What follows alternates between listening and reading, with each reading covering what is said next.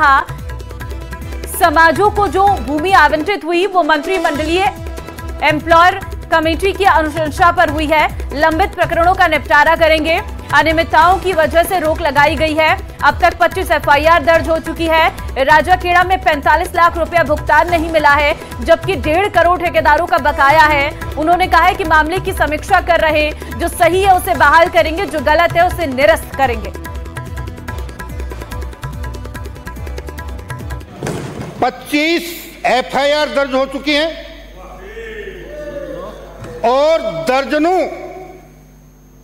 शहरी निकायों से पत्र जावक रजिस्टर और संबंधित पत्रावलियां गायब हैं, जिनके हम जांच करवाकर जो भी कानूनी कार्रवाई हमको करनी है उसको हम करने का प्रयास कर रहे हैं। पिछले 2 दिन से 3 दिन से आपके दैनिक वेतनभोगी सफाई कर्मचारी 45 लाख रुपए मजदूरी का भुगतान नहीं मिलने की वजह से हड़ताल पे हैं।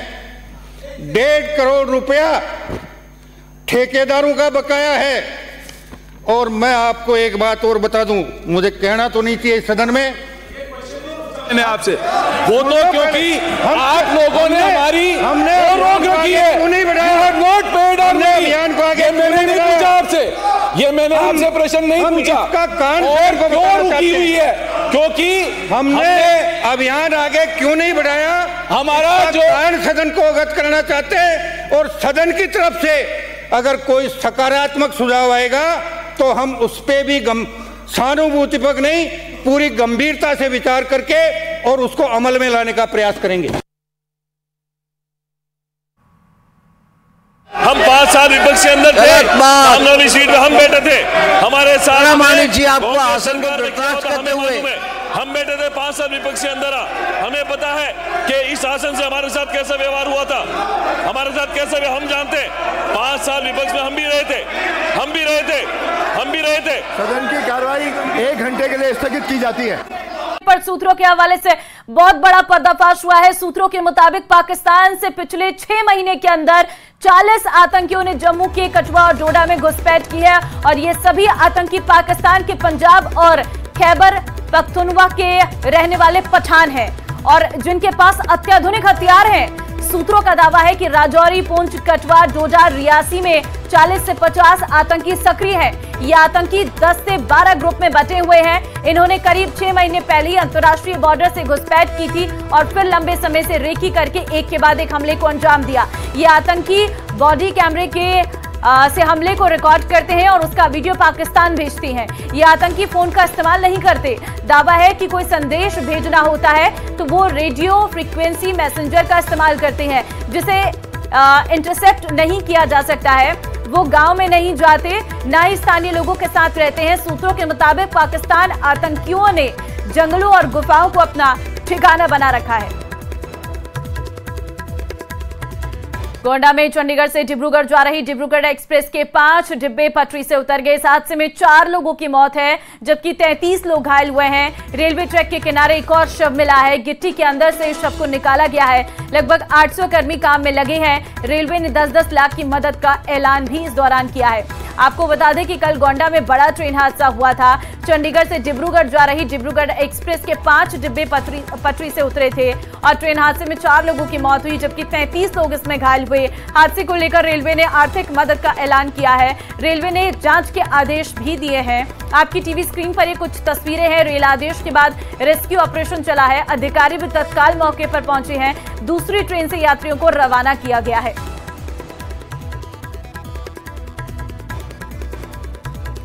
और बड़ी खबर है, हंगामे के बाद सदन की कार्यवाही स्थगित कर दी गई है। विधानसभा की कार्यवाही 1 घंटे तक के लिए स्थगित। विधानसभा में स्पीकर और नेता प्रतिपक्ष में नोकझोंक हुई है। स्पीकर बोले हैं, मेरी पीड़ा है, मैं निष्पक्ष हूं। अध्यक्ष को धृतराष्ट्र बताया गया, ये शर्मनाक। देवनानी की तरफ से कहा गया। स्पीकर ने आरोपों की निंदा की है। स्पीकर और नेता प्रतिपक्ष के बीच नोकझोंक के चलते अब विधानसभा की कार्यवाही को स्थगित कर दिया गया। 1 घंटे तक के लिए स्थगित कर दिया गया है विधानसभा की कार्यवाही को। विधानसभा में आसन में संग्राम देखने को मिला। स्पीकर ने आरोपों की निंदा इस दौरान की है। तस्वीर हम आपको दिखा रहे हैं। हंगामे के बाद सदन की कार्यवाही जो है वो स्थगित कर दी गई है। विधानसभा की कार्यवाही 1 घंटे तक के लिए स्थगित कर दी गई है। इस दौरान स्पीकर का गुस्सा साफ तौर पर देखने को मिला। नेता प्रतिपक्ष और स्पीकर में नोकझोंक हुई। चुनौती की बात नहीं है, बात चुनौती की नहीं है, बात चुनौती की नहीं है, बात चुनौती की नहीं है। हिम्मत है तो लाइए, फिर वही अगर बात हिम्मत है तो लाइए। आपको बात सुननी पड़ेगी। आसन के ऊपर इससे पहले कभी गलत तरीका, ये गलत 5 साल तरीका। हम भी विपक्ष में रहे थे। आसन पर आरोप सहन नहीं किया जाएगा, आसन पर आरोप नहीं सहन किया जाएगा। साथ कैसा व्यवहार हुआ था? हम 5 साल विपक्ष के अंदर थे, सामने वाली सीट में हम बैठे थे, हमारे साथ मानिक जी आपको आसन को बर्दाश्त करते हुए हम बैठे थे 5 साल विपक्ष के अंदर। हमें लेकर के आइए। चुनौती की बात नहीं है, बात चुनौती की नहीं है, बात चुनौती की नहीं है, बात चुनौती की नहीं है। हिम्मत है तो लाइए, फिर वही अगर बात हिम्मत है तो लाइए। आपको बात सुननी पड़ेगी। आसन के ऊपर इससे पहले कभी गलत तरीका, ये गलत 5 तरीका। साल हम भी विपक्ष में रहे थे। आसन पर आरोप सहन नहीं किया जाएगा, आसन पर आरोप नहीं सहन किया जाएगा। साथ कैसा व्यवहार हुआ था? हम 5 साल विपक्ष के अंदर थे, सामने वाली सीट में हम बैठे थे, हमारे साथ मानिक जी आपको आसन को बर्दाश्त करते हुए हम बैठे थे 5 साल विपक्ष के अंदर। हमें लेकर के आइए। चुनौती की बात नहीं है, बात चुनौती की नहीं है, बात चुनौती की नहीं है। तो आप देख रहे हैं गहमा गहमी जो है विधानसभा के भीतर देखने को मिली, जहां पर अध्यक्ष को धृतराष्ट्र बताया गया। ये शर्मनाक देवनानी की तरफ से कहा गया है। जितना विपक्ष को टोका उससे ज्यादा सत्ता पक्ष को टोका। सुधीर शर्मा संवाददाता है, उनसे अधिक जानकारी ले लेते हैं। सुधीर, विधानसभा में आसन पर संग्राम देखने को मिला और 1 घंटे के लिए स्थगित भी कर दी गई है। देखिए, निश्चित रूप से ये कल की घटना थी जब कल अनुदान की मांगे पारित हो रही थी। उस दौरान टोका टोकी के बीच और तीखी नोकझोंक हुई थी। उसका परिलक्षित आज सदन के अंदर में देखने को मिला और बाकायदा कांग्रेस विधायक दल की बैठक से रात को इंफॉर्मेशन देके सुबह 10:30 बजे कांग्रेस को विधायकों को बुलाया गया और आसन की ओर से प्रश्नकाल शुरू होते ही यानी अध्यक्ष की ओर से ये व्यवस्था दी गई थी कि शून्यकाल के अंदर इस मामले पर चर्चा की जाएगी। चर्चा लगातार बढ़ती रही, खास टोका टाकी और सवालों के जवाब पूरे नहीं आना या जो नेता प्रतिपक्ष है उनकी तरफ से जो कोई बात बोली जाती थी उस पर सत्ता पक्ष की ओर से टोका टाकी होती। इन सब बातों के बीच में जो सामने निकल के आई उसमें सबसे बड़ी बात निकल के आई कि अगर विपक्ष आएगा तो अध्यक्ष के खिलाफ अविश्वास प्रस्ताव भी ला सकता है। ये बड़ी बात निकल कर आज की इसकी चर्चा पे आई। सदन के अंदर सत्ता पक्ष और विपक्ष के बीच जो नोकझोंक होती थी, जो हंगामा होता था, वो आसन तक पहुंचा। आसन तक आज की बैठक में जो आक्षेप लगाए गए हैं, आसन पर इस तरह की बात भी कही गई कि वो उनका झुकाव है वो सत्ता पक्ष की तरफ रहता है, विपक्ष की तरफ नहीं है। विपक्ष की तरफ से लगातार मांगती नेता प्रतिपक्ष टीकाराम जूली ये कह रहे थे कि आप हमारे और भी झुकाव रखें, हमारी और भी देखें। ये ठीक है कि सत्ता पक्ष की ओर से ही जो अध्यक्ष है वो चुने जाते हैं, लेकिन हम आपसे बात नहीं कहेंगे तो किससे कहेंगे? क्या इसके लिए हाईकोर्ट या सुप्रीम कोर्ट थोड़ी ना जाएंगे? बात आगे तक बढ़ी, लगातार हंगामा हुआ और हंगामे के बीच में अध्यक्ष ने 1 घंटे के लिए विधानसभा की कार्रवाई स्थगित कर दी। अब 1:28 पर दोबारा सदन की कार्रवाई शुरू होगी। जी, लेकिन जिस तरीके की तस्वीरें देखने को मिली है सुधीर, क्या लगता है आगे जब इस सदन की कार्रवाई एक बार फिर से सुचारू रूप से चल पाएगी या नहीं? देखिए, जिस गतिरोध को तोड़ने के लिए ये चर्चा रखी गई थी शून्यकाल के दौरान, वो गतिरोध अब बढ़ता हुआ नजर आ रहा है। क्योंकि जिस चर्चा की बात हुई थी, जहां प्रोसीडिंग से कुछ शब्द हटाए जाने थे, रात को जो चर्चा हुई थी उससे जो प्रोसीडिंग से शब्द हटाए जाने थे, ठीक है, मैं रोकूंगी आपको। हमारे जो मंत्रीगण हैं वो सरकार के जो प्रतिष्ठित व्यक्ति है वो इस बात पे निर्णय करेंगे कि उनको किस प्रकार से जवाब देना चाहिए। क्योंकि मतलब एक अध्यक्ष की जो कुर्सी होती है वो वास्तव में एक सम्मानजनक होती है, एक न्यायप्रिय होती है और वो उस कुर्सी पर बैठते हैं तो वो एक न्यायप्रिय काम करते हैं। जिस प्रकार से माननीय देवनानी जी जिस प्रकार से काम कर रहे हैं और जिस प्रकार से सदन चला रहे हैं, हम उनको धन्यवाद देते हैं। लेकिन क्योंकि प्रतिपक्ष के नेता को या प्रतिपक्ष को संरक्षण भी देते, तो हम तो यही कहते हैं कि भाई हम ये सोचते हैं कि हम हमारी बात कहीं भी रख सकते हैं, लेकिन प्रतिपक्ष के लोगों को ये संरक्षण देते हमें कोई आपत्ति नहीं है। लेकिन जिस प्रकार से प्रतिपक्ष के नेता ने जो बात कही है वो गलत है, इसकी भी हम निंदा। एक मेरा सवाल है आपसे जी। सवाल ये है कि ये बात कही जाती है कि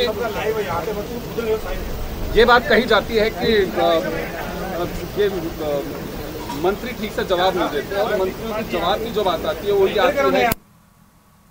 तो 1 घंटे के लिए कार्यवाही को स्थगित किया गया और इस दौरान नेताओं की तरफ से अपने अपने बयान जो है वो निकलकर सामने आ रहे हैं। सुधीर लगातार हमारे साथ बने हुए हैं। सुधीर, देखिए पक्ष विपक्ष की सबकी अपनी अपनी राय अब निकलकर सामने आ रही है। क्या विधानसभा के बाहर का माहौल है इस वक्त?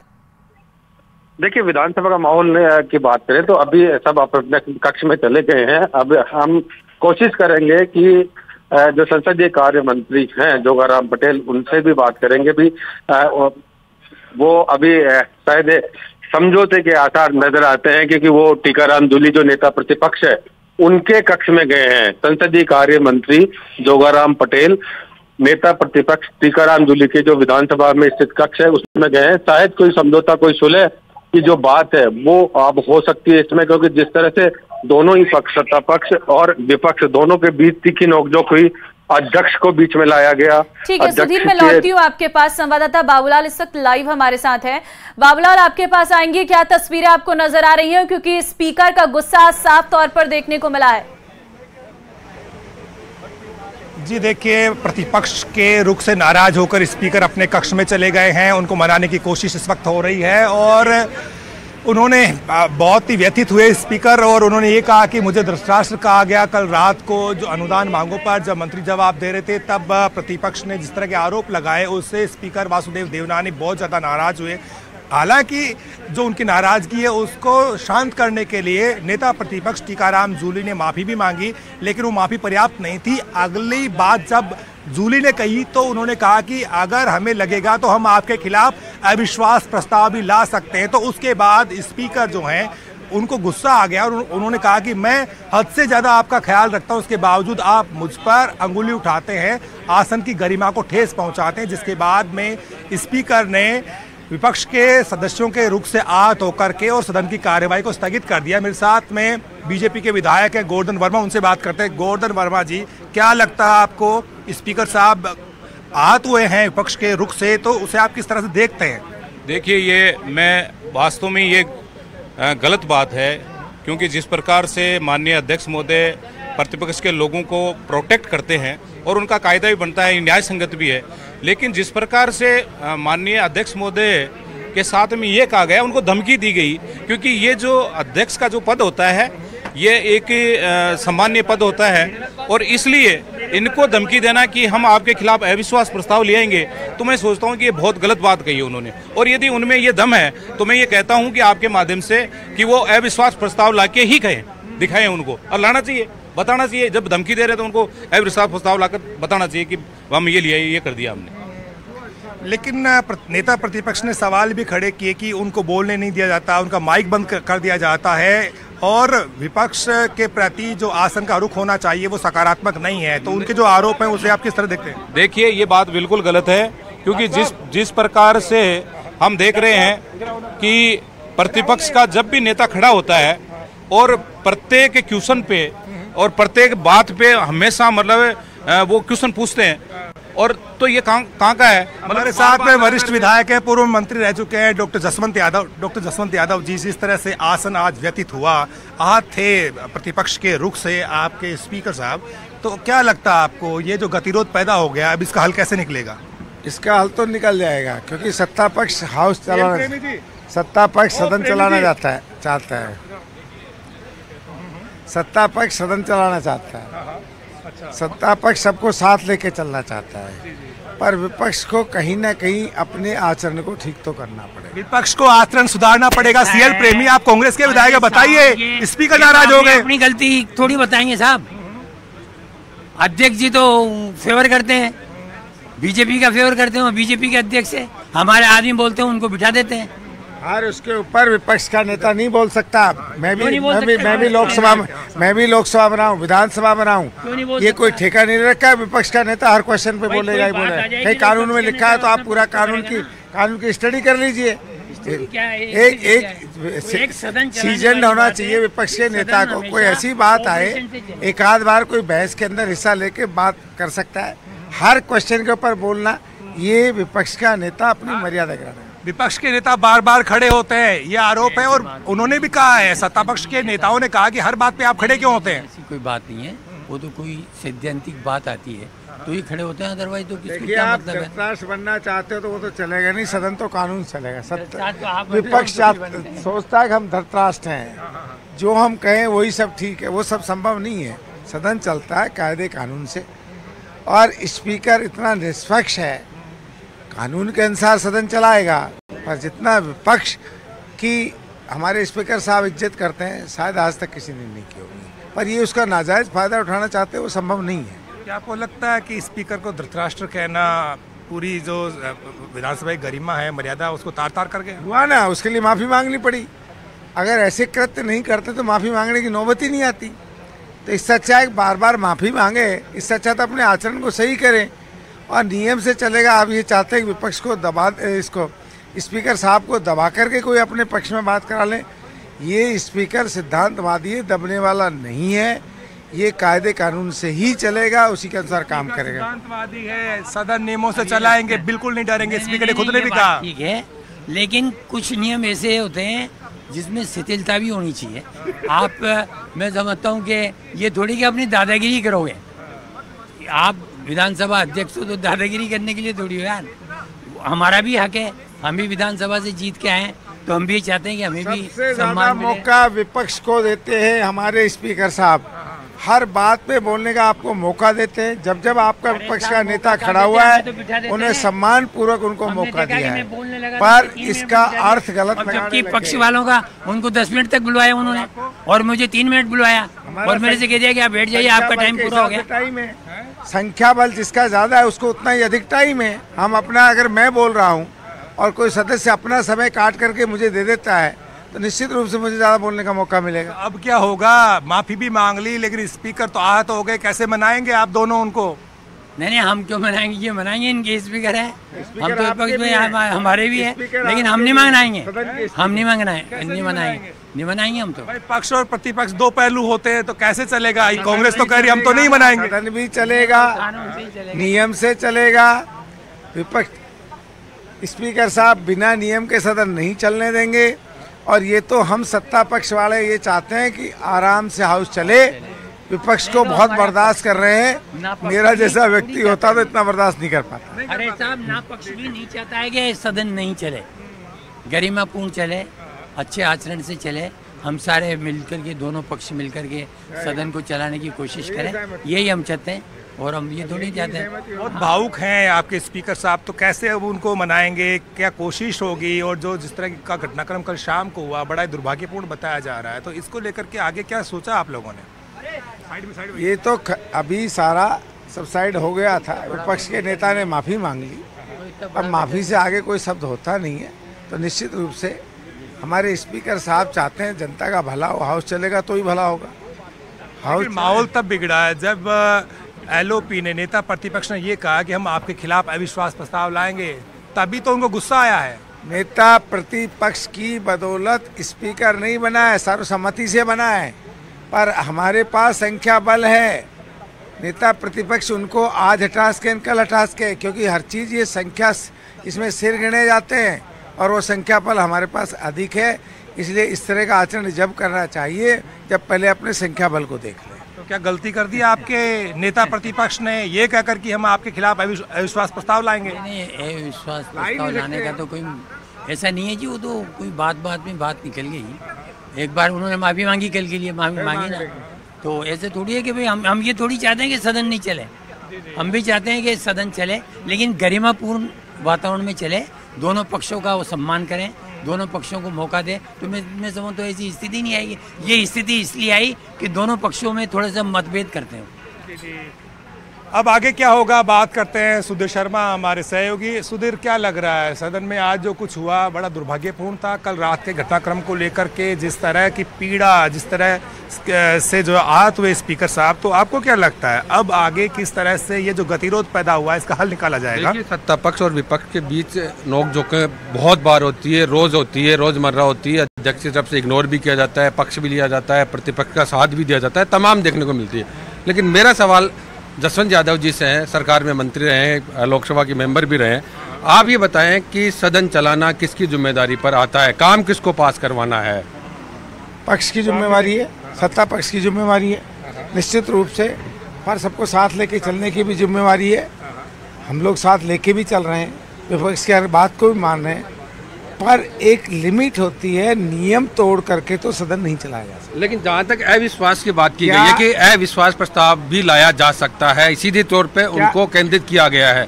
ऐसे मौके 3-4 दफा आए हैं, अब तक की 16 विधानसभा हो चुकी है, 16वीं चल रही है। ऐसे 3-4 वक्त ही ऐसा हुआ है जब अविश्वास प्रस्ताव आया।